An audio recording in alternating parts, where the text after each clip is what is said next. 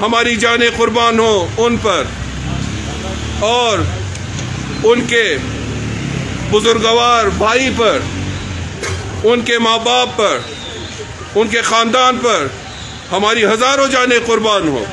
آج بھی آ کے دیکھیں کہ ان کی سیرت پر عمل کر کے خواتین و حضرات کی اتنی بڑی تعداد موجود ہے اور شہیدوں کے لہو کو رائیگاہ جانے نہ دینے کا عزم لے کے گھر سے نکلے ہیں۔ ایک اور لبیک یا زینب، لبیک یا زینب، لبیک یا زینب، لبیک یا زینب، لبیک یا زینب، لبیک یا زینب۔ دو باتیں زائرین کے حوالے سے اور گمشدہ لاپتہ جبری لاپتہ شیعہ افراد کے حوالے سے۔ دہشت گرد آپ سے پکڑے نہیں جاتے، پاکستان کے خلاف کارروائیاں کرنے والے آپ سے پکڑے نہیں جاتے، اور جو محب وطن پاکستانی ہیں وہ گھروں سے غائب کیے جاتے ہیں۔ یہ ہماری وارننگ ہے کہ جبری طور پر گمشدہ افراد کو بازیاب کرایا جائے، اگر وہ مجرم ہیں ان کو عدالتوں میں پیش کیا جائے۔ مجرم تو آج تک عدالت میں پیش نہیں ہوئے۔ ہم میں آج بھی اتنی غیرت، اتنی حمیت ہے کہ ہم کہتے ہیں جبری طور پر گمشدہ ہمارے افراد جو ہیں اگر وہ مجرم ہیں ان کو عدالتوں میں پیش کر دیں۔ دوسری بات یہ کہ سیکیورٹی کے نام پہ آپ نے اپنے بیکار افراد جو بٹھائے ہوئے ہیں بارڈر پر، ہر آنے والے ہر جانے والے کے کوائف وہ نوٹ کرتے ہیں۔ آپ کس لیے جاتے ہیں؟ آپ جغرافیہ کیوں پڑھتے ہیں؟ آپ عربی کیوں نہیں پڑھتے؟ آپ ترکی کیوں پڑھتے ہیں؟ آپ انگریزی کیوں نہیں پڑھتے ہیں؟ یہ ہمیں قبول نہیں ہے، ہمیں مجبور نہ کیا جائے۔ خدا گواہ ہے کہ پھر ملکگیر احتجاجی تحریک ہم چلائیں گے۔ لوگ کہتے ہیں کہ یہ صرف سیاست کرتے ہیں لاشوں پر، ہم لعنت بھیجتے ہیں لاشوں پر، سیاست کرنے والوں پر بھی اور جھوٹ بکنے والوں پر بھی ہم لعنت کرتے ہیں، اور ہم یہ کہتے ہیں کہ یہ دو جو ہمارے مسائل مزید جو ہیں، ایک بارڈر کا اور دوسرا ہمارے زائرین کا، اور زائرین سے جڑے مسائل، سالاروں سے جڑے مسائل جتنے بھی ہیں، ہم انشاءاللہ اپنے خون کے آخری قطرے تک ان کے حل کے لیے، ان مسائل کے حل کے لیے کوشاں تھے، کوشاں ہیں اور کوشاں رہیں گے، بغیر کسی لالچ کے۔ اگر لالچ ہوتا تو آج پاکستان ہاؤس ہمارے قبضے میں ہوتا، وہاں ہماری حکمرانی ہوتی۔ نہیں میرے بھائیو، ہم مسائل کے حل کے لیے یہاں موجود ہیں۔ جو ہم سے ہو سکے گا، ہمارا وعدہ ہے اس مقدس جگہ سے، یہ اعلان ہے کہ جو بن سکے گا، جو ہم کر سکیں گے وہ کریں گے۔ کوتاہی ضرور ہو سکتی ہے لیکن خیانت نہ کی ہے نہ کریں گے انشاءاللہ۔ والسلام علیکم ورحمۃ اللہ وبرکاتہ۔